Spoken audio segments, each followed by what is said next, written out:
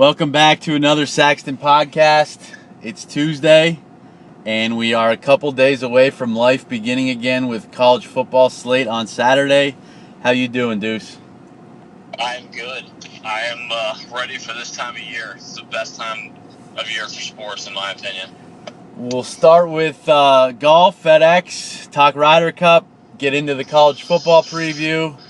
Football Friday back again on Friday for the official picks for the weekend, and the background music will also be back when I'm back in the home office. So your reaction to the FedEx Cup week one? Well, we talked a little Ryder Cup last week, and I was saying that the two picks were kind of up in the air. I think last week basically solved that problem for one pick. DeChambeau winning going away. Is there any way he does not make the team now? No, don't think so.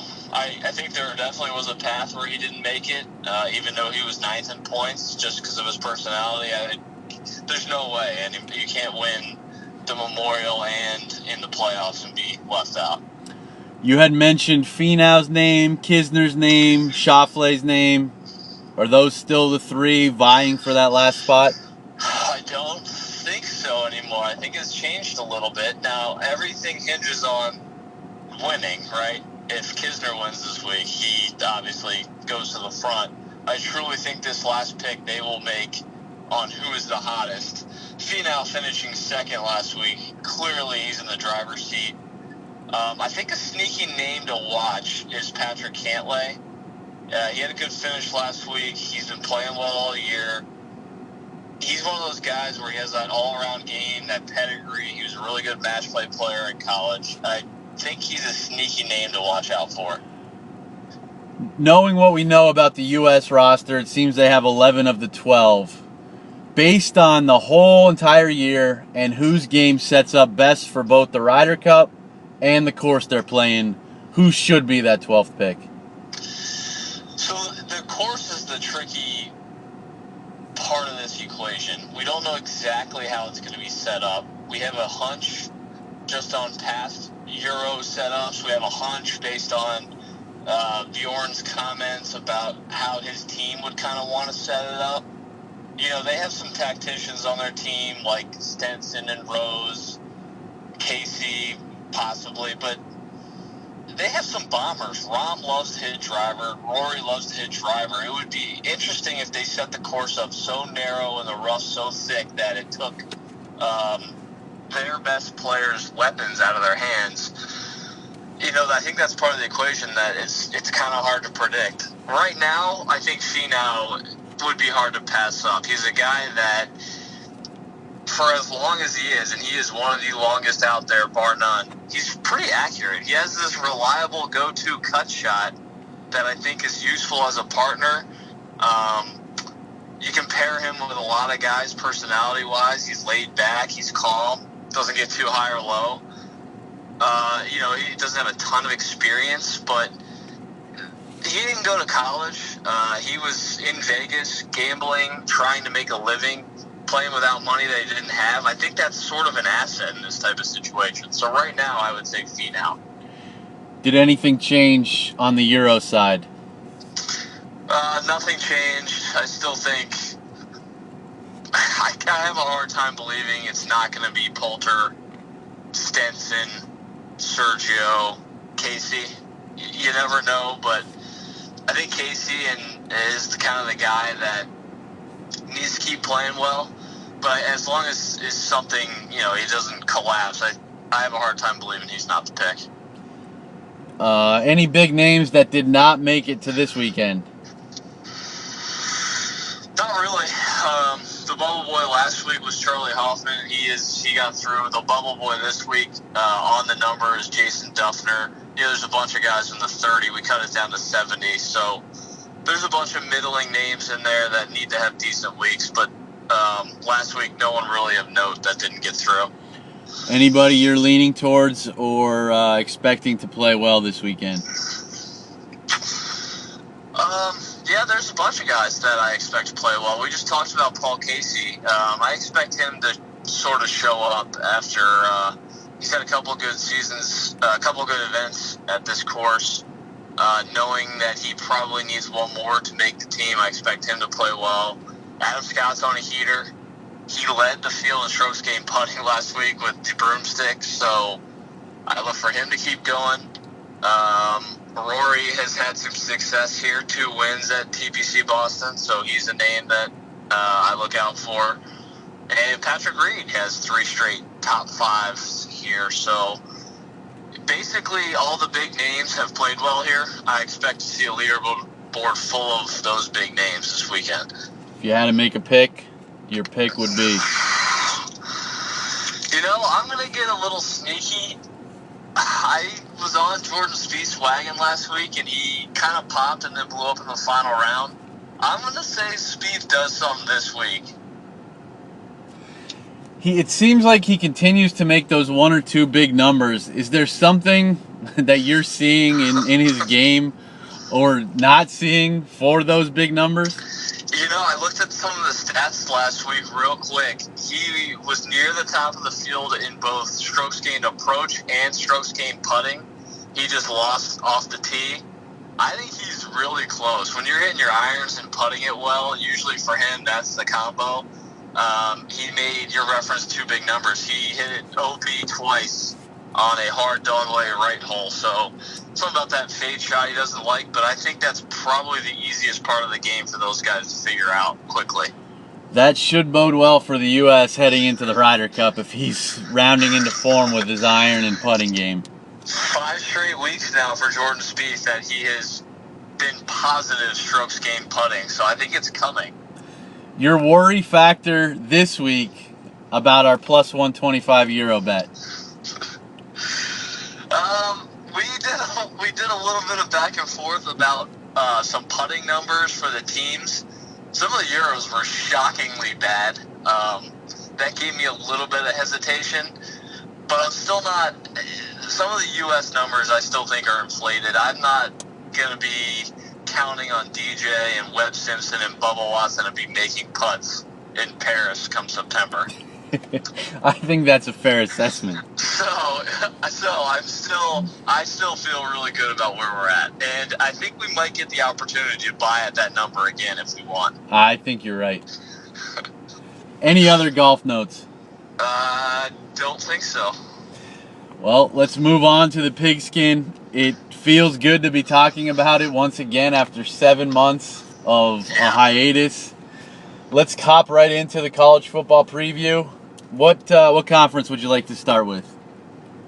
Well, let's go ahead and start with defending champion conference, I guess, per usual. Let's start then on the West. Can anybody challenge Bama? I'm going to say no. I think the West is pretty bad this year. I'm not even going to say average. I was going to throw out average, but I think the West stinks. Let's just put it that way. I agree with you. I not only does it appear that Saban has a quarterback like a lot of other schools with Tua, their schedule may be the easiest it's been in years, and partly because the West is down. Yes. Who do you think Saban ultimately names for week 1? I think he splits reps in that Louisville game, but as they approach the Mississippi game on September 15th, Tua eventually takes over. Hurts will transfer. I think he graduates in December. He'll be somewhere else next year for the last 2 years, I believe. Interesting. I have read that there is pull within the locker room for Hurts to be the starter just because of his record, which makes sense, but I agree with you. I do think we see the 2 QB system play out for a little while. I look at the schedule, and I do not see a stumbling block on it. Maybe Mississippi State the week after LSU, but they get it at home. I mean, is that LSU game even going to be competitive? If we want to look ahead, I do not. I have LSU at 5-7 this year. Yeah, so I don't even know if that's. I mean, I know it's at LSU, but I'm not even sure that's that big of a deal. I I think you're right, though, to your point. I think that Mississippi State game is their one trip-up spot. Obviously, Auburn to end the year, the Iron Bowl is always a hard-fought game, but I don't see a game where they're not favored maybe by double digits every game. I think by the time they get to Auburn, I have Auburn as having a average year. I agree. I think it's double digits down the line. Yeah. With that said, I actually lean over their total. I know we'll get to that in a little bit, but as crazy as that seems, when's the last time they didn't go over their total? It has 12 and they went 12-2 in 2014. I guess 11-2 prior to the conference championship. So. I'm sure they were 10.5 or so. They've probably been 10.5 for the last 10 years. Yeah, that would have to be the only other one. They've only had one loss the last 3 years. Yeah. So you either were a push or a winner. That's kind of where I'm at there. I have the over-under at 11 for Bama. I would want to buy a half just for safety's sake, but same thing. Of the other 6 teams in the conference, any surprise or disappointment? I know we alluded to LSU. It's kind of all disappointments, right? I'm down on Auburn.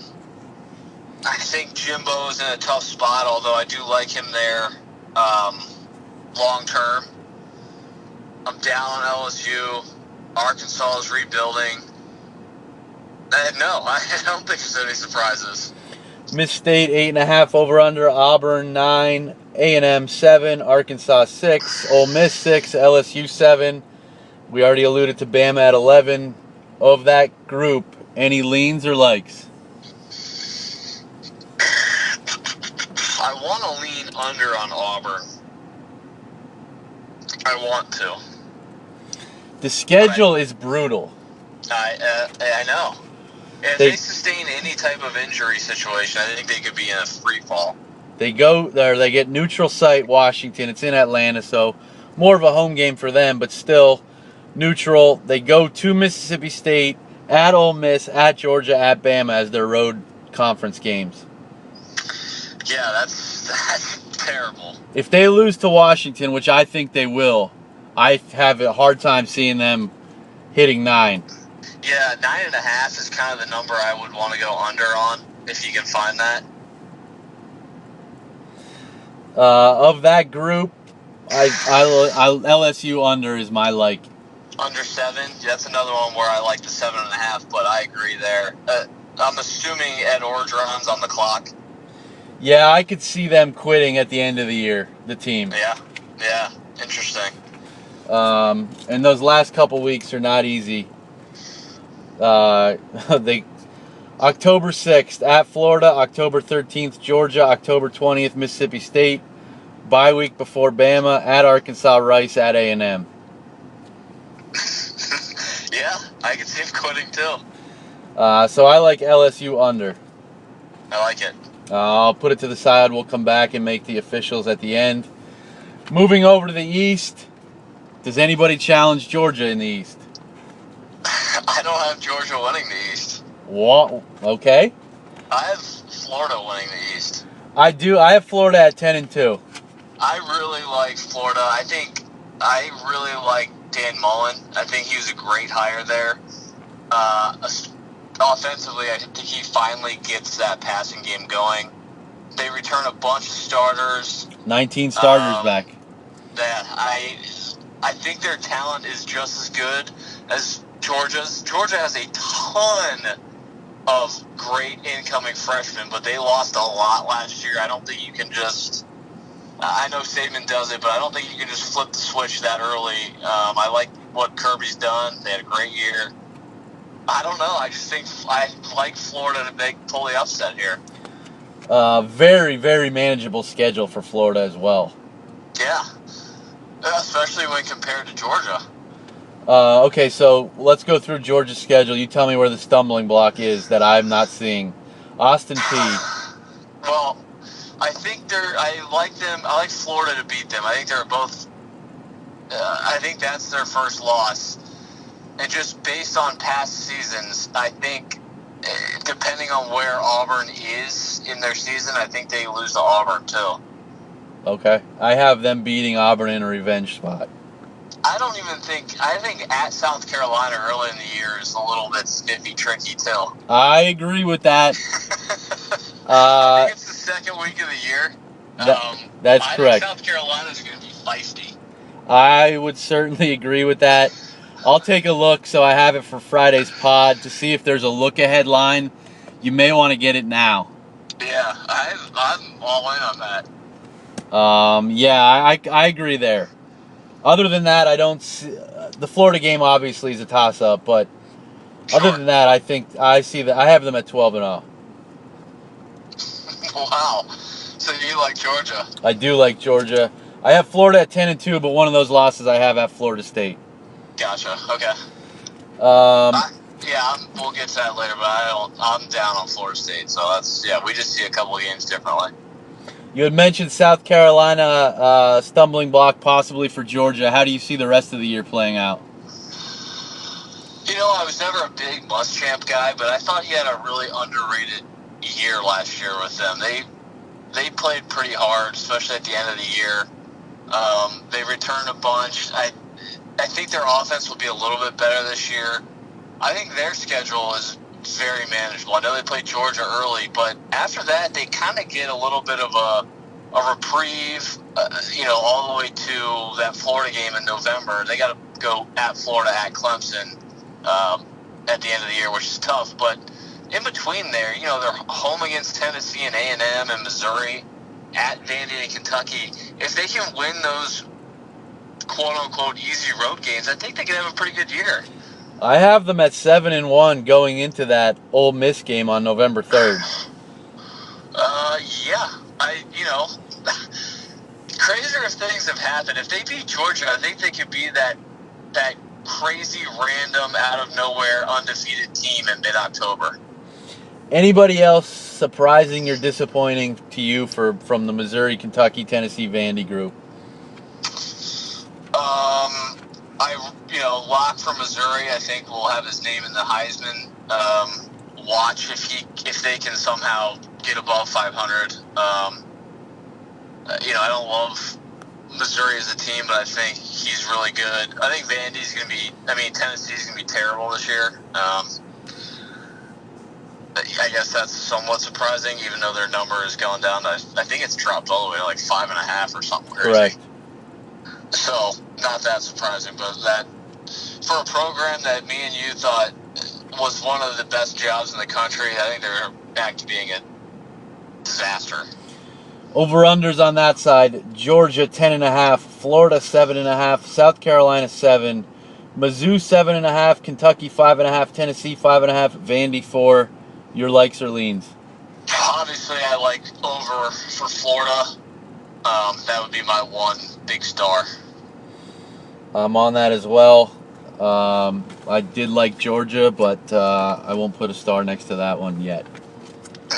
We can revisit that. I think it might be a little bit jaded, but we'll see. So do you have Bama over Florida in the SEC title?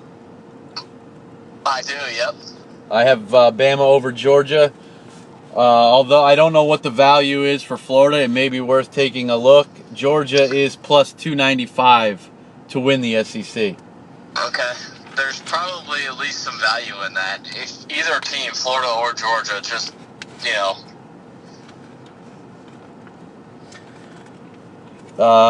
Moving ahead to the Big Ten, your overall thoughts in the Big Ten? It's the same as every year. One pretty intriguing side and one pretty not intriguing side. Does anything that happened with Urban Meyer affect Ohio State this year? I don't think so. Why would it at this point? It's kind of gone done and over with, isn't it? Does any ill effects for the TCU game without Urban Meyer in Week 3? Maybe, yeah. We'll get to that. I think we were talking about Florida being an intriguing value bet. I think TCU is an intriguing value bet from a lot of perspectives. So I do think that's a dangerous game. I did see it open at 12. I believe it's dropped to 10, but I'll get the look-ahead lines for Friday. Yeah, I have a feeling you might be with me on that. TCU could be sneaky if they stay healthy. That's my note exactly for TCU. The help. I knew you were going to be with me on that. You're a Gary Patterson disciple. I love Gary. How do you see the East playing out? I think Dwayne Haskins is a pretty significant upgrade over JT Barrett. Obviously, being a program like Ohio State, they did lose a lot of talent, but they have a ton left. So I think they're the favorite by a lot in the East again. Who challenges them? I would say, I'm going to guess you're going to say Michigan. I actually think Sparty is the challenger here. Whenever our boy D'Antoni gets this many guys coming back, I know they're getting a little bit trendy, which worries me. But I love how many returning starters he has. When he gets experience, he usually does a lot with it. My only concern on Sparty is the O-line, which wasn't great last year. They lose Brian Allen to the NFL. That's my only concern with Sparty. I think maybe I'm digging. I might be looking too closely at it, but they avoid Wisconsin, and their home games are either they get 2 big dogs in the East at home. So that's kind of why I leaned that way. Yeah, they get a tough 3-week stretch beginning October 6th. Northwestern at home, at Penn State, Michigan. If they could get all 3, then yes, I think they can challenge Ohio State. Yeah, challenge. I think Ohio State wins the East. Sparty would be my challenger. I don't think they win. I think they're hovering in that 9-win situation, but I think if they get on a run, maybe. The most intriguing has to be Jim Harbaugh in Michigan. How do you see their year playing out? I'm rolling on Michigan every year, so I have no idea, really. Expectations have been high, and depending on who you talk to, they haven't been met. We'll see. A lot of people love the addition of Patterson from Ole Miss. They have a ton of talent. Schedule's brutal. I see it sort of just like the last 2 or 3 years, where I think their defense is going to be awesome. Maybe I just need to see it once or twice from the offense to prove it to me that they can do something. Yeah, I think they're 9-3. Nothing inspiring from Harbaugh this year. I'm not a huge Patterson guy. That's kind of where I'm at. I just keep reading articles and clips about how big his arm is and how good he is. I need to see it first. Yeah, I think the same discussions we had this offseason about Harbaugh are going to reoccur again next year. I'm with you. I don't think they make a move, but I can see a lot more chatter. How do you feel about the Nittany Lions reloading? I'm a big Franklin fan. I think McSorley's going to have a good year.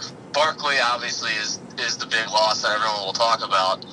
I think they lost their top 2 or 3 receivers, and I know their defense is not returning a ton, so I'm a little bit worried about the Nits this year. I'm surprised. I didn't expect you to say. Most people think Saquon's the biggest loss. I agree. The offensive coordinator and Gesicki are their 2 biggest losses to fill. I think they're going to be fine at running back. I think they're going to be fine on offense. The defense is either going to be really good or really bad.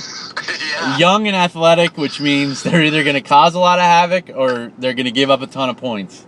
Yeah. And I lean that they're going to be okay just because of how athletic they're going to be. And I have them challenging Ohio State for the East. Wow. Interesting. I actually have them beating Ohio State at the Beeve at the end of September, but losing to Michigan.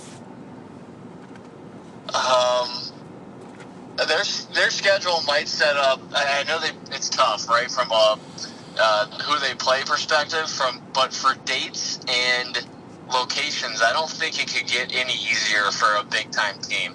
No, they get Ohio State at home, then a bye week, Michigan State at home, Then at Indiana, Iowa home, at Michigan, and Wisconsin back-to-back. Wisconsin's home. That's where I think they're going to stumble. Interesting. I mean, they do get Iowa at home, which was the stumbling block if it was at Iowa. And then they end the year with the 2 cupcakes. So their schedule is great.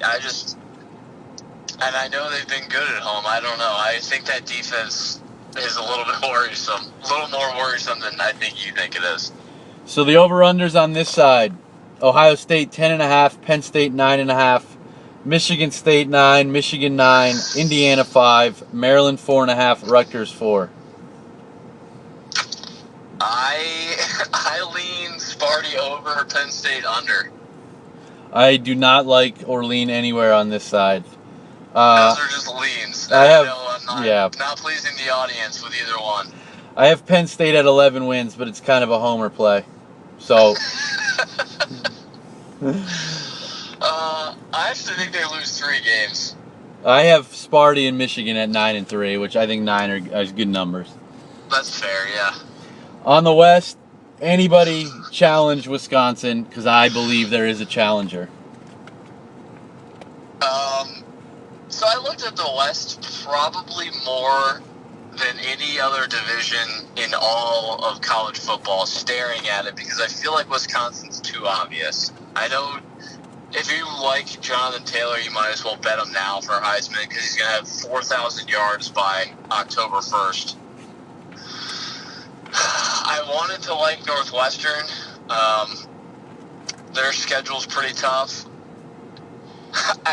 For some weird reason, I kept looking at Nebraska and Purdue, and I liked them. I don't know if they can challenge Wisconsin to win it, but I forget what Purdue's number is. I should have wrote it down, but I kind of like them as a total flyer. 6. I mean, to win that division. I think it was it's a crazy number. Well, I agree with you. I like Wisconsin's team. They finally have to play. They play Michigan this year. They play Penn State this year. They have to go to Iowa. They have to go to Northwestern. I don't see them coming out of the Big Ten. I don't see all the love for them. Their offensive line is unbelievable. When I dug into this, I thought I was going to like Northwestern. But lo and behold, when I looked through the schedules, it's ridiculous. I came out with Minnesota challenging Wisconsin. I have no idea how or why, but that's who I have. Okay. So I have Purdue and you have Minnesota. We might as well just burn this tape to the ground. Yeah, I see Wisconsin struggling at Iowa. Iowa always gets somebody at home. They have to go to Michigan and to Penn State, and I don't see them winning either of those. No. So I have them at 9 and 3. Okay, that's fair. I actually have that Minnesota game, the last game of the year, coming down for the West Championship. Row the boat. That's year 3. Year 3 for him. I think this is the year. Yeah, I mean, there is a path for that. I do see that. I mean, the big issue with them is they always lose games they shouldn't, but exactly. The schedule is not awful. New Mexico State, Fresno State, Miami, Ohio, at Maryland, by Iowa, who will be coming off that Wisconsin game, at Ohio State, at Nebraska, which will be challenging, but then Indiana, at Illinois, Purdue, and Northwestern at home, at Wisconsin. Well, that late in the year, that's when Wisconsin will probably be getting better just because of their style of play. That's the only reason I would not go that way. But I do like the case you just made. One stat to file away. Wisconsin, the last 11 years, the team that's played them the following week against the spread, they've only covered 39% of the time. That's a phenomenal stat. So tuck that one away. You just get punched in the face over and over. I, too, tried to make the case for Nebraska. I think there's spots at the end of the year when they catch on to Frost's system that they're going to be plays. Their defense is a complete turnover, so I think over bets are also in play. Game overs. Yeah, their quarterback, it looks like they're going back to that Martinez kid, like in 2010, whatever his name was. running quarterback, but yeah. I love the hire. Scott Frost is really good, so I do agree with you. I think there's spots to bet them throughout the year. Over-unders on this side. Wisconsin 10, Minnesota 6, Iowa 7.5, Northwestern 6, Nebraska 6, Purdue 6, Illinois 3.5. I didn't like anything on this side. Obviously, I like Minnesota over the 6.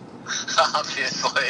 And I lean Illinois under the 3.5, and I feel like Lovie Smith will be back in the NFL as a coordinator.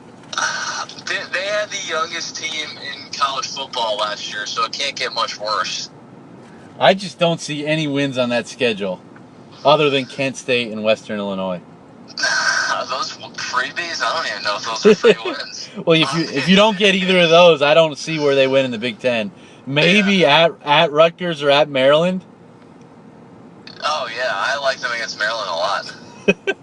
How does that situation play out, and how does Maryland fare this year? Well, it's been all quiet on the Western Front. Chick Hernandez, who works for local Comcast, he's been, I want to say for 40 years, he's been, maybe 30, the local DC sports guy for Comcast or Channel 9 or whatever. He's been everywhere. His sources are saying they're going to totally clean house in a week. President of the university, AD, Chancellor, Durkin, everyone is gone. The Board of Regents is going to absolutely throw a grenade and blow it all up. If that happens, I know it's we're getting a little bit ahead of ourselves, but does that put Turgeon on the hot seat for basketball? Yes. So he's also saying that the board has not done anything because they want somebody in place as president of the university and athletic director to move right in, and they have already reached out to Gary Williams for that AD spot, so that is kind of what the hang-up is. Interesting. And I know that Turgeon and Williams have a good relationship, but I think it's pretty well known that Williams thinks Maryland is a much better program than kind of where it's been the last 3 or 4 years. Yeah, I would think Gary has a guy somewhere. Exactly. He's of the mindset that Turgeon is a great recruiter, as is almost everybody else around here, but that the talent that they're getting it's pathetic what he's doing with it. So he's wants a more X and O's guy in there.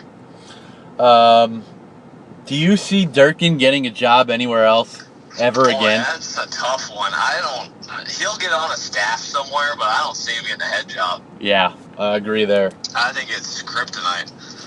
So by default, I do have Wisconsin winning the West. I have Ohio State over Wisconsin, but I do have 2 Big Ten teams making the playoff. Interesting. I have Ohio State beating Wisconsin. I just can't put Wisconsin in the playoff again. No, I have Penn State getting in, but I could see either Michigan or Michigan State making the case if they compete with Ohio State. I think they beat up on each other a little this year. I only have Ohio State. Let's move to the Pac-12, where I think this is the most intriguing conference in the country. Let's start on the north side. Who challenges Washington? If I had to pick a challenger, for me it would be Oregon, just because I think they have the quarterback to do it. I think they're going to score a boatload, and they get Stanford, Washington at home. So to me, especially in the Pac-12, the home games mean so much, and quarterback play is everything. I think they're the only logical challengers. Stanford's schedule is absolutely brutal. Yeah. That 4 out of 5 week stretch of USC, UC Davis, at Oregon, at Notre Dame, Utah is murder's row. Yeah, and people will see that and not realize how good Utah is. The other thing is I don't think people realize how good of a year Bryce Love had last year. I don't know how he repeats that. Yeah, he was hurt a lot of the year last year. I don't love Stanford this year. Shaw's my favorite coach in college football. I agree. love Shaw. I think Love is going to have a really good year. I just have a hard time seeing him repeating, like you said. I think the quarterback play dips a little bit. I don't think their defense is as good. So I love what Stanford's done. I love Shaw, but I agree with you. I think they're a little bit down this year. He finds a way somehow every year to get to 9 wins. I tried to make a case every which way. I just don't see it. I agree with you. I'm under the 9 as well. I do like the Oregon pick, but I see them being a team that loses games that you don't expect them to. That's fair.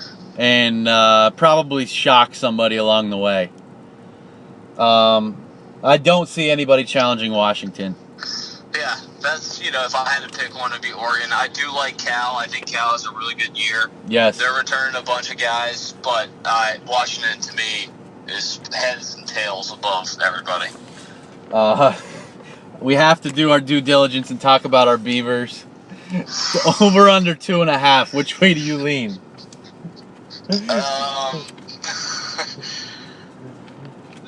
I actually like a couple of their players, but I'm having trouble finding 3 wins. I have them at 2 and 10. I think they have to beat. I think the Washington State Yes. is the one they have to win. Yep. Because even at Nevada, I don't think is really. No. I don't think that Southern Utah is their 1 win. I agree. So, as crazy as it seems, I actually don't mind an under on that as like a play. I think there's value on the under. You're gonna know in week 3 if you're a winner or a loser. Which is why I like it, because you can just move on, or you can take that money somewhere else. Agree. Because their only other quote-unquote easy games are at Colorado and at Arizona State, which I don't love either one, but they're both going to be okay. Yeah, agree. So, yeah, I think it's impossible for them to win 3 games.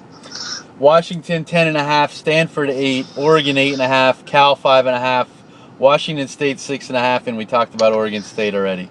So, you said this is the most interesting in college football. We just said we lean under Oregon State. That's not a joke. I lean over with Washington. I lean over with Cal. And I lean under with Stanford. This is my favorite betting division in college football. Love the Cal over.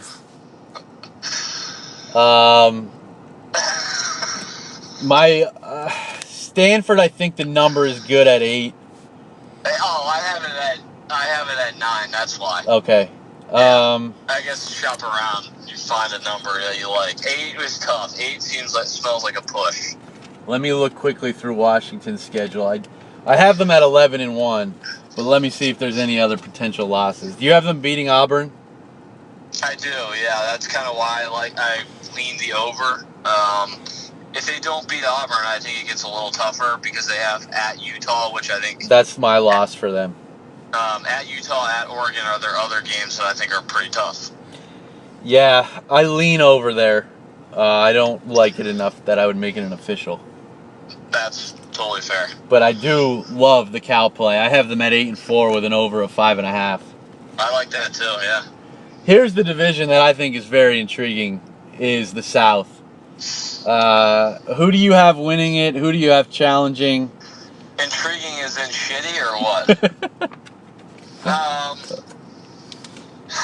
I really, really, really want Utah to win this division. I think they're really good. I hate their schedule. Hate it. If I'm not picking, I can't pick USC to win this division. I just can't do it.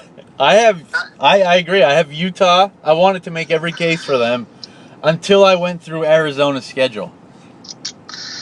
Now that we're getting to it, let's go ahead. Well, let's go through Utah first. Weber State's a win. At Northern Illinois is a win. Then I have Washington a win. At Washington State's a win. I think they stumble at Stanford.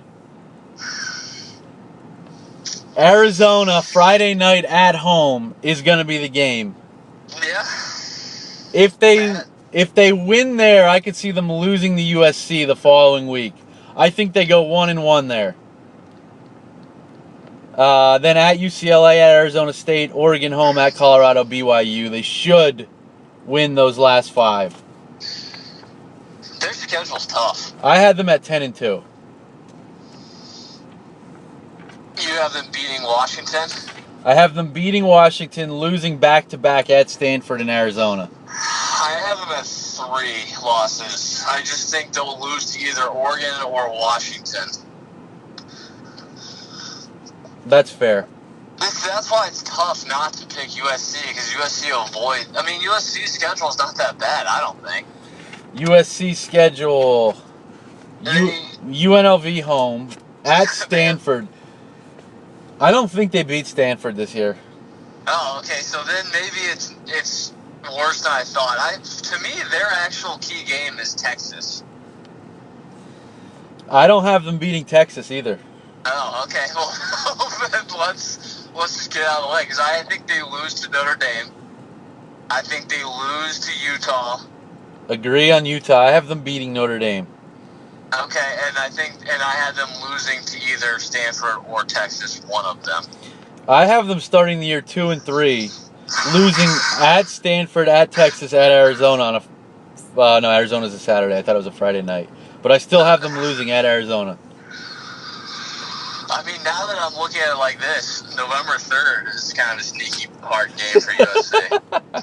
I do not like Clay Helton. I don't either. I think the offensive line is so soft. Defense will be good. Defense will be good. I don't think that defense is like an SEC defense where it travels. No. Do you know what I mean? No, I agree. I think they're really good under the lights in Southern California. If it's snowing in Utah, I don't like them as much. I mean, they're throwing a freshman, JT Daniels. By all accounts, he's the real deal, but right into the fire. 3 of those first 5 games at Stanford, at Texas, at Arizona are not going to be easy for a freshman. No Ronald Jones to lean on either. If it's fleeting at Beaver Stadium and there's 7 people there on November 3rd and that line is 30, that's prime Beaver bet. I agree. Those kids don't want to play in that. No. So they're going to be okay. I think they'll win. I have them at 3 losses, but okay, I have them 8-4, so we're right in line. Yeah. So, but I think the bigger point is that Utah, USC. Let's go into Arizona's schedule now before we go on. I think Helton gets another year or 2 because he's going to rely on the fact that Daniels is the freshman, and I think Helton is awful.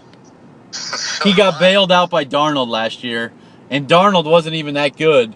And now all of a sudden he's blowing up the New York Jets. I have a feeling if we had a guest on the pod, I would assume he would agree with you about Helton. To Arizona's schedule, I love the hiring of Kevin Sumlin, and he gets to inherit Khalil Tate. Agreed. And speaking of Khalil Tate, we'll get to Heisman value plays here in a minute. I guess we're in the same boat.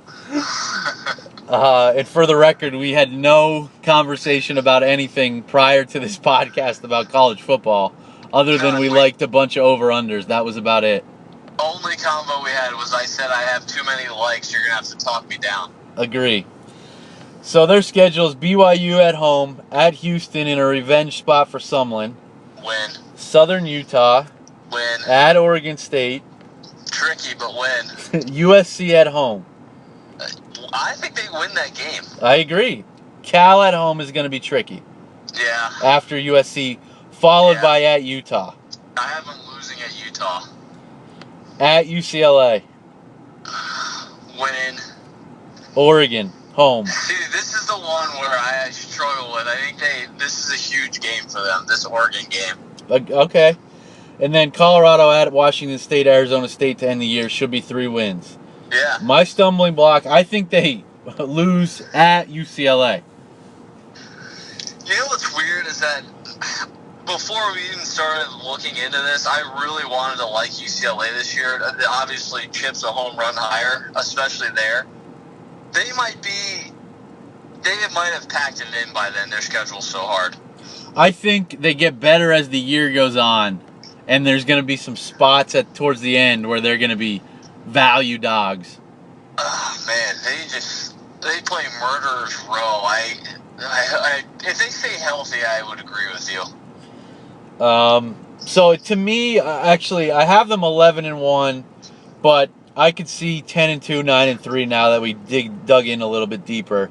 I think they either lose Cal or at UCLA, which are sandwiched in between USC, Utah, and Oregon. They're gonna lose one of them. So I totally agree. I think they're 10-2. I have them either 3 or 2. I have fluctuated back and forth. So I think it's either them or Utah winning the South. That's where I'm at. I think Utah is a better team. Arizona definitely has the better player in the better schedule. Yes, agree. So if we were making a bet here, I'm assuming Arizona odds might be a little tastier. Arizona plus 405 to win the conference. Yeah, that's tasty. Washington's minus 115 to win the conference. I mean, if they're matched up, I like Washington, but yeah, the 405 is well, I think you have to get on it. I think both of us think Arizona's getting there. They're definitely it's definitely gonna be less than 405 to win that game. You're probably looking at plus 270, plus 275, somewhere in there. Good point. No, I agree. Yeah, good point. So Arizona 7.5, Utah 7, USC 8.5, Colorado 4, UCLA 5, Arizona State 5. Obviously, I'm on the Arizona with you. I would even venture on Utah if we feel confident. Agree. I like Arizona over. I like Utah over, and I liked Arizona State under. Yeah, I can get with you on Arizona State. I didn't love the Herm Edwards hire. I don't get it. I think it's an awful hire. I don't understand it at all. It's weird. I don't know. I think Colorado is going to be pesky in that division too. So, with the addition of Chip, Colorado definitely has some talent. They have a couple NFL kids, and then with the top 3, I think Arizona State could have a pretty bad year. Yeah, I agree. So I have Washington over Arizona. As do I, and I have Washington making the playoff. I do not. I do not have a Pac-12 team being represented. Interesting. That's because you homed for your Penn State Nittany Lions. I do. To the Big 12.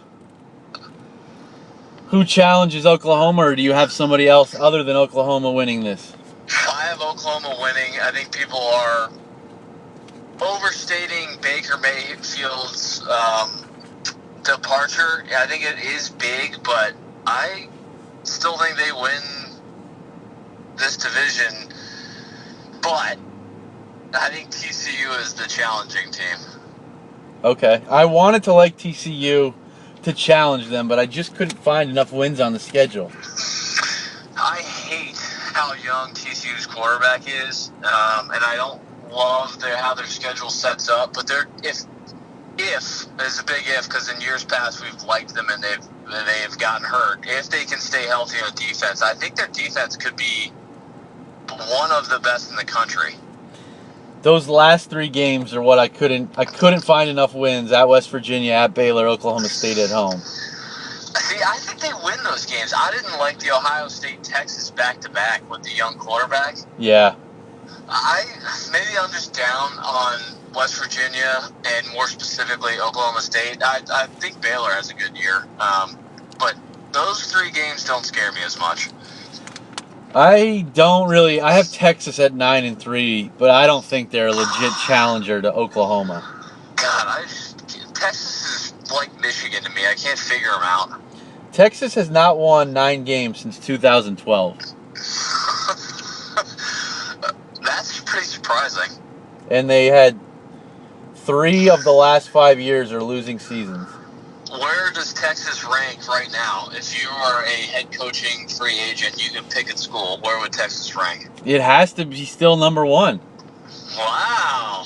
I mean, you get your own network. You don't have to leave the state to recruit. And the conference isn't... I mean, there's some okay teams, but it's really you and Oklahoma. Yeah. Yeah, it's... And I imagine their facilities are pretty good. They're probably decent. Austin's not bad. Yeah. Not a bad spot. Yeah. Yeah, it's a weird one.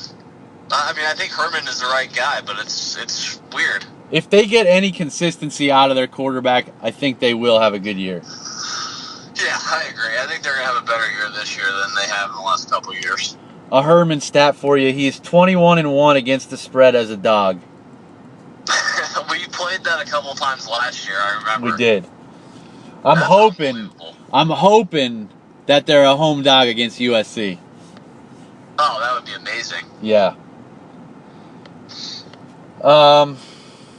One other game of note: I do not have Kansas State having a good year this year. And I saw the look-ahead line. Mississippi State is -4.5 against Kansas State. I'm ready to pound Mississippi State right now. Interesting. Let's see. Where are my Kansas State notes? Yeah, I have them in the middle. In between West Virginia and actually I'm in between West Virginia and Baylor. Okay, so you're probably a little higher than me on them. I think they always have starters back, typically. Obviously, our boy Bill Snyder he sneaks out a win somewhere. I just see them as the same team as every other year. I have their win total. I guess I'm a little bit down. I only have their wins at 7.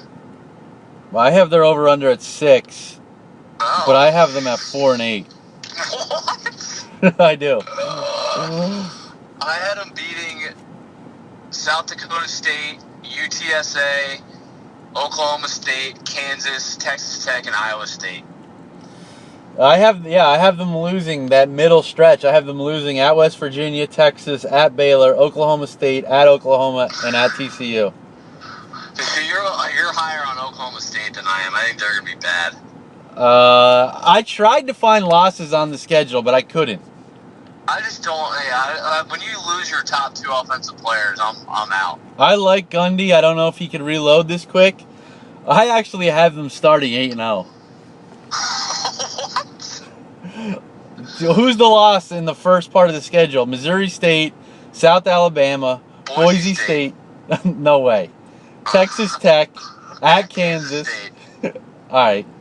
I have them with 3 losses. I think they lose to I'm being serious. I think they lose to Boise, Kansas State, and Texas, and at Baylor, and at Oklahoma, and at TCU. I have them losing 3 of the last 4. I have them beating West Virginia, but losing at Baylor, at Oklahoma, at TCU. They won't win a game after they beat Iowa State. Wow. I'm down on them. I just don't think you can lose both. I don't know. Mason Rudolph to me was pretty good. I don't think he was totally a system guy. I have them 9-3. I'm a believer in Gundy. All right, the mullet. Although he shaves the mullet, maybe that's why I'm down. Give me your thoughts on West Virginia. They seem to be a trendy pick. Yeah, I think people love Will Greer. I like him too. I think their offense is going to be really good. I worry about the other side. Their defense wasn't great last year. I think they're going to be atrocious this year. They will outscore people, so it's one of those things where if they get the breaks to fall their way with some weather and some spots on the schedule, I can see them winning 8 or 9, but I don't know. They're going to let some teams hang around with that defense. I have them at 8 wins. I do not see them winning a road game other than maybe Texas Tech. I have them as a win. Yeah, they'll beat. Their road games are pretty hard now that I'm looking at it. Yeah. And I think both of us seem to be positive about Baylor. Your thoughts? I really like Matt Rule. I think he was in a terrible spot last year. It's kind of a mystery why he even took the job. But I expect him to get talent there. They were very young last year. I just think they're going to be better. And I think people are going to remember them as a dumpster fire of last year. And I think they're going to score a ton of points. Do you have them beating Duke in week 3? At home. I like Duke this year, but I kind of like Baylor in that spot. If they beat Duke, I think they start 4-0. I have them losing to Duke, but they could start 4-0, and you only need 6 for the over/under. I like the over. I have them leaned over. I had them beating Christian, UTSA, Duke was a toss-up. Kansas, I have them beating Kansas State at home. I have them beating Oklahoma State at home. And then I think they win 2 out of 3 to end the year. Iowa State, Texas Tech, TCU. We're in the same boat. The only game that I didn't agree, I had Duke as a loss, which I think is a toss-up game. It's a toss-up game. I like that. It's at Baylor. Yeah. So over-unders here, Oklahoma is 10, Texas 8.5, Oklahoma State 8, TCU 7.5, West Virginia 7, Iowa State 6.5, Baylor 6, Texas Tech 6, the Fighting Snyders 6, and Kansas 3. So this is sort of like the Pac-12. I have a few here. I like the over for Baylor, we just talked about. Yep. I like the under for Oklahoma State, which I know you disagree on, so we'll pass on that. I like the over. I kind of lean the over with Oklahoma. I don't know how you feel about that. I have them at 10-2. I had them losing at TCU and at West Virginia the last game of the year. Interesting. So that West Virginia one, I Yes. have a toss-up. That's tough. And then I leaned over with TCU. I wanted to like TCU. I have a loss at Ohio State, and then I have them losing at Texas the week after, and then losing at West Virginia and at Baylor. Definitely plausible. I wanted to get them to 9, but I just couldn't find another win. I think I have them starred as a note that says better value on betting to win conference than over-under. I would agree with that. I think it was a pretty high number because Oklahoma's a big favorite. I think it was like 30-1 or something. Yeah, I think you might be right. So just because I just think their defense is really good, I think it keeps them in some of those games. They need the offensive line to stay healthy because they don't have much depth after their starters. Yeah, I guess it is tough to see some of these games without a good quarterback. He might be more to stay away now that you're talking me into it. I don't know if it's possible the way it plays out, but I had Oklahoma beating Texas in the Big 12 championship. I'll have Oklahoma beating TCU. And I have no Big 12 team in the playoff. I have Oklahoma in the playoff, actually. You have them 11-1? Yep. Interesting. I don't believe in Texas, so I don't have that game as much of a toss-up, and I think that West Virginia it might be the big game. I have them losing to TCU, that's it. Does Florida Atlantic and Lane Kiffin give them any issues in week 1?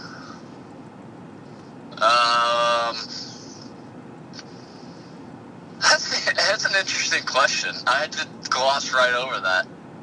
I have it as a win, but I'm looking at their schedule and thinking about the playoff. I just don't know who they point to as their signature win if they lose somewhere along the way, which I have them losing at TCU and at West Virginia. I think by year's end, Baylor could be sneaky ranked. I think Texas will be ranked, and I think West Virginia will be ranked. Okay. I see your point. I think a couple of these teams will be brought up in their rankings. That's kind of I just think the Big Ten is going to beat up on each other. So it's more of, would you want an 11-1 Oklahoma? It's not an 11-1 Boise State. You know, Oklahoma's got that name value. Sure. So I sort of feel like the committee has given nods to the big names that have good records in the past. I don't think they'll get talked about like Wisconsin or Iowa in the Big Ten with the easy schedule. That's fair. To the ACC, and the Atlantic side of the division, does anybody challenge Clemson? No. They've given challengers for everyone. I don't see a challenger here. I really don't. Does Clemson have a stumbling block on the schedule?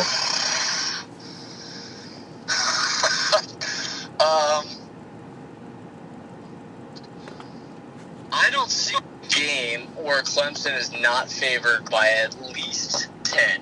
Maybe more than that. Agreed. So, define stumbling block. If there's a trap game, who is it? To me, it's November 10th Yep. at Boston College. Okay. I think we're probably going to agree with each other that Boston College is going to be pretty good this year. The only issue there is Boston College is going to relying on A.J. Dillon in the run game, which fits right into Clemson. Yes. Yeah. Their style plays right into that monster D-line. Does Jimbo give them any issues week 2? I really like Jimbo hiring. I think it takes him a year to kind of regroup, though. I agree with you. I have them 12-0. Boston College, I agree with that maybe they give them a game. Yeah, it's Boston College is getting some publicity now, so I almost worry that too many people are going to like that and they could turn the other way. Agree. Your thoughts on Taggart and Florida State this year? I don't know. Something about them is screaming underachiever to me, and I don't know what it is. I don't know if it's that I don't like Francois or what, but I like Taggart. I like his fit a lot at Florida State going forward. Just something about this year I don't like. I can't put my finger on it. I feel like this is USC in the East. Yeah, that's a good way to put it. I think they're soft. The schedule's not that easy this year. I mean, those last 5 games, even Wake Forest should be okay. I like Wake Forest a lot, actually. Wake, Clemson, at NC State, at Notre Dame, BC, Florida to end the year. I think Louisville, Wake, and Boston College are going to be kind of sneaky, hard to beat, and Syracuse is always grimy. So, yeah, a team like Florida State that does not get up for non-big name schools, I think is going to struggle in games like that. Yeah, these other 6 teams aside from Clemson, you could show me any order and I would say okay. You could combine all 6 of them and I'd still like Clemson.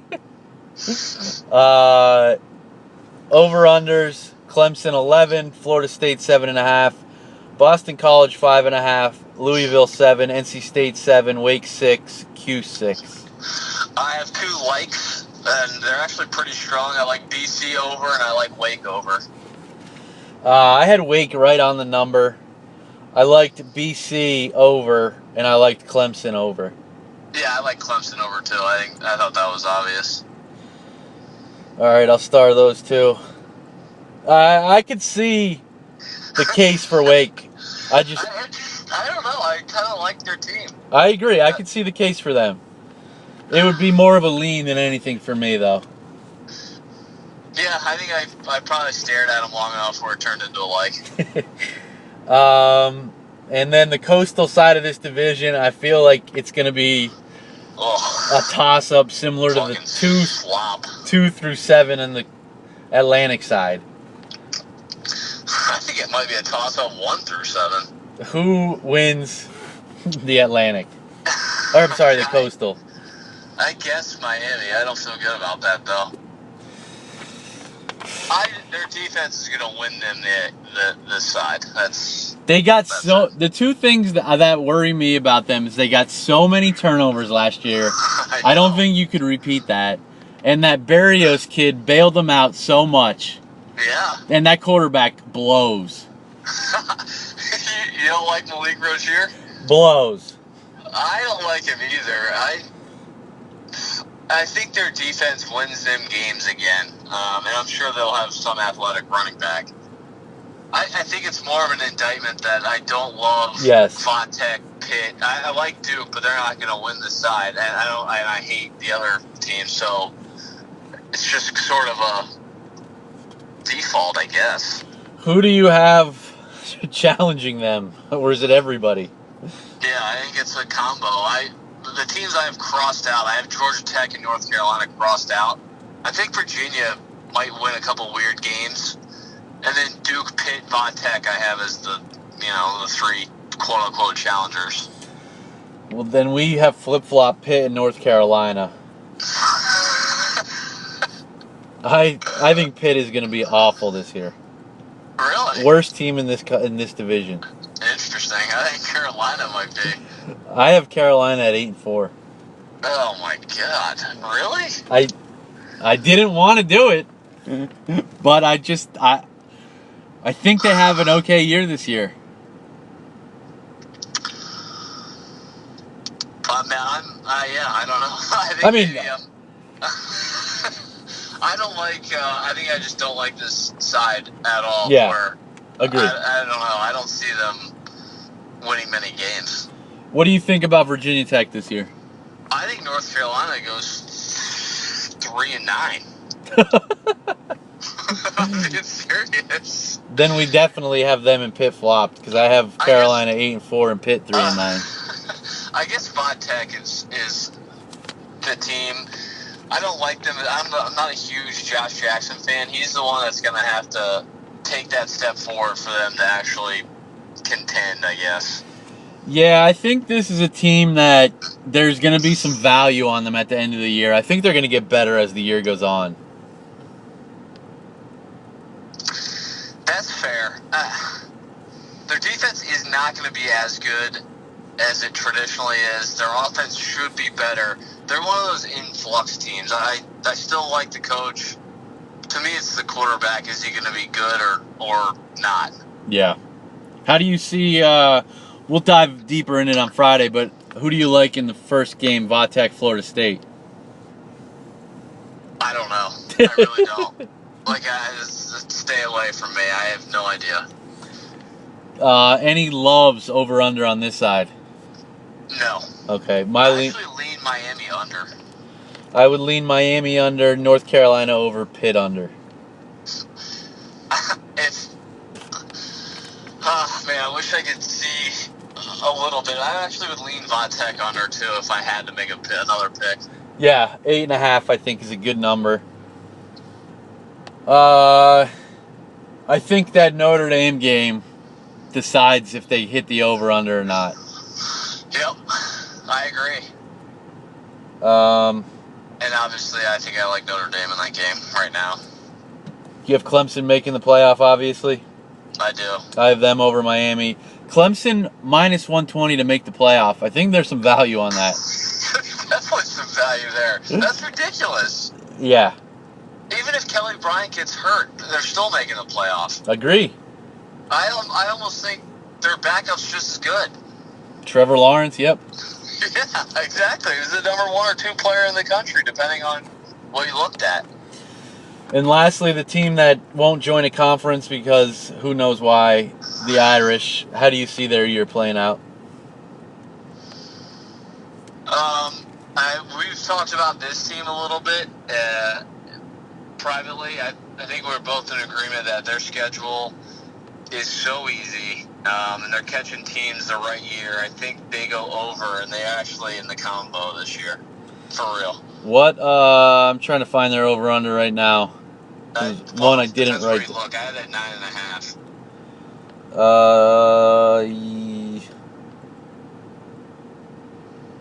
Yep, 9.5. I think it's a little high. I have them winning 10 games, though. Yeah, I think so, too. Everyone knows what the issue is and what it's going to come down to, and if Wimbush is good or not. Yeah, I thought there were 4 toss-up games, and then I had them going 2-2. I think Michigan's a toss-up game. Yeah. I think Stanford's a toss-up game. I'm down on Stanford. I think Vatech's a toss-up, and I think USC's a toss-up. I have them beating USC. I actually think at Wake's a toss-up. All right, so who do you have as their losses this year? I have them losing 2. Which? At Vatech. Yep. And they'll lose 1 more. I don't have a game circle, but I just said they'll lose 1 more. I have them losing 2 games. Okay. All right, then we're both on 10-2. Pick Michigan. I think they beat Stanford. Pick Michigan at Wake, Florida State, or USC, although I think they beat Florida State, too. Yeah. Yeah, I had Vatech and USC as their losses. And I think that late loss at USC hurts their playoff conversation. I agree. So playoff-wise, I had Clemson, Bama, Penn State, Ohio State. Clemson, Bama, Penn State, Ohio State. I have Clemson, Bama, Washington. Oh, man, I put myself in a hole here. It's either Oklahoma or Ohio State. I think they both have the same record. I think It's got to be Ohio State, yeah. because of that Big Ten East. I left out Ohio State in my notes for some reason. Yeah, so Clemson, Bama, Ohio State, Washington. And assuming they don't meet in the first round, I have Clemson over Bama. Yes, I do too. If Kelly Bryant healthy. So I like Lawrence, but I don't know about that type of game. And then I thought there's value on Khalil Tate at plus 1,400 and McSorley at plus 1,500 for the Heisman. You are such a homer. I know. I'm buying into the team this year. I didn't last year. I'm in this year. I mean, such a homer. I had Tate at 14, if we want value. Yeah. Browning at 25. Locke at 45. And Kelly Bryant at 55. I definitely like the Browning one. I like Locke. I think he's going to have a good year. Can a 6-6, 7-5 team win? Yeah, that's the problem I see with him. Yeah, that's the problem with him. And can Bryant get enough publicity based on that defense? That's the problem. Yeah. He's going to have to put up huge numbers. Definitely value there with him, though. Quarterbacks, they always win. Quarterbacks always win. So the teams that we had starred for over-unders, LSU under 7. Florida over 7.5. Any issues with either of those officials? Nope. Not at all. Nothing in the Big Ten. A lot of likes and leans. There's too many good teams, I think. Illinois was the only one that I had a hard lean on under, but I don't want to. I don't think I want to do it. Yeah, I'm good with none there. Okay, Cal over 5.5. Arizona over 7.5. Utah over 7, and Arizona State under 5. Is Utah's schedule too hard for them to win in 8 games? Let me go back to it real quick. I'm the one who brought them up and said I like them, but I'm going through their schedule and it's pretty hard. Toss-up game is Washington. Stanford, that's 2. Arizona's a toss-up game. USC's a toss-up game, that's 4. Oregon's a toss-up game, that's 5. If they lose those 5, that's 7-5. Do you see them losing any other games, like getting upset?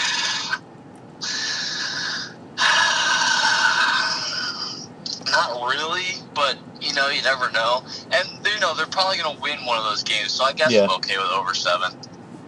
Okay with everything else? Yeah, definitely. We're at 6 plays. Did we get Oregon State in there? Under 2.5. What games are they going to win, for real? They're playing Nevada week 3? Is that? Yeah, they're at Nevada. All right, I'm on Oregon State under 2.5. I mean, I think, it's logical. All right, I'm on.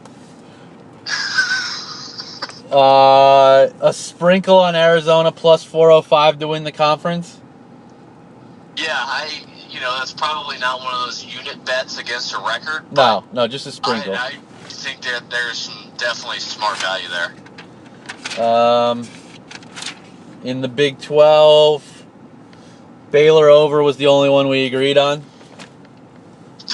Yes. You like it enough for an official?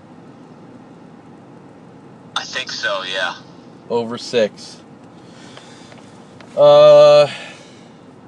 Clemson over 11 and BC over 5.5. I'm in for both. I like them both. Clemson minus 120 to make the playoff. Easy peasy. All right. So officials. LSU under 7. Florida over 7.5. Cal over 5.5. Arizona over 7.5. Utah over 7. Arizona State under 5. Oregon State under 2.5. Baylor over 6. Clemson over 11. BC over 5.5. Clemson minus 120 to make the playoff. Sprinkle Arizona plus 405 to win the conference. I love those. I'm kind of scared because I do like them a lot. Question, and I think I already know your answer. No value on national title odds? If you're taking Clemson and Bama out of it, which I'm assuming you have to get any value. Here's my question. Of all the teams that we mentioned in the conference championship, Ohio State, I guess throw anybody in the Big Ten in those Big Ten guys. Oklahoma, Washington. Can any of those guys beat Clemson and Bama back to back? That's tough. That's really tough. I mean, Ohio State or one of them. I think Ohio State or Wisconsin would be the only case you can make, but I don't think Wisconsin has enough explosive players. I don't think Wisconsin can beat them both back to back. No. I think Ohio State could. I don't think Hornibrook's good enough at quarterback to beat them both. I think Haskins is. Yes, definitely Ohio State could. I actually think Washington. I was just going to say I forgot about Washington. I need to see their defense or look at their defense a little more, but I think they have the offense to beat them both. I believe I saw since 2004 Washington leads the country in turnovers. Interesting. And since we like this angle a lot in this type of bet, the coach you're getting a ton of value on. Peterson? Yeah. And Urban, if you take Ohio State. Yeah. I guess the issue, I think Washington has more value because Ohio State may not get through the East. Oh, yeah, definitely. So, yeah, I did see a stat, though, that shocked me. That Peterson is 2-11 straight up as a dog since 2014. Wow. Huh. I wonder... Huh. That's interesting. I wouldn't have guessed that. No, I would have not either. I wonder if that has anything to do with kind of taking a down program. Yeah, I think so. Versus, moving up. I would think that there's definitely. Yeah. Well, that's something to file away, though. That's, stats don't lie. No. I definitely didn't expect it, though, with the way he ran Boise when he had time to prepare. Yeah, I think we get jaded, though, because of the one game. Oh, no doubt. Oklahoma game. No doubt. If you had said 2-7, I would have been shocked. 2-11 is bad. Yeah? All right, well, maybe that takes me off of that future play. I think that's the only value there is Washington. Okay. So we're saying there really is not much in the long-term odds. I don't think. I think this is going to be a great year, even though I think it's Clemson, Alabama, no matter how you slice it. Yep. I agree. I don't see both of them stumbling. Even if one of them has a year that no one expects, the other one, it just makes the road for the other one that much easier. Agree. Any other college football notes on the preview? Boy, I think we captured everything. We'll be back Friday for Week 1 official plays. Fantastic job by you today. Tip of the cap, golf clap to the host. Great job, buddy. Talk to you soon. All right.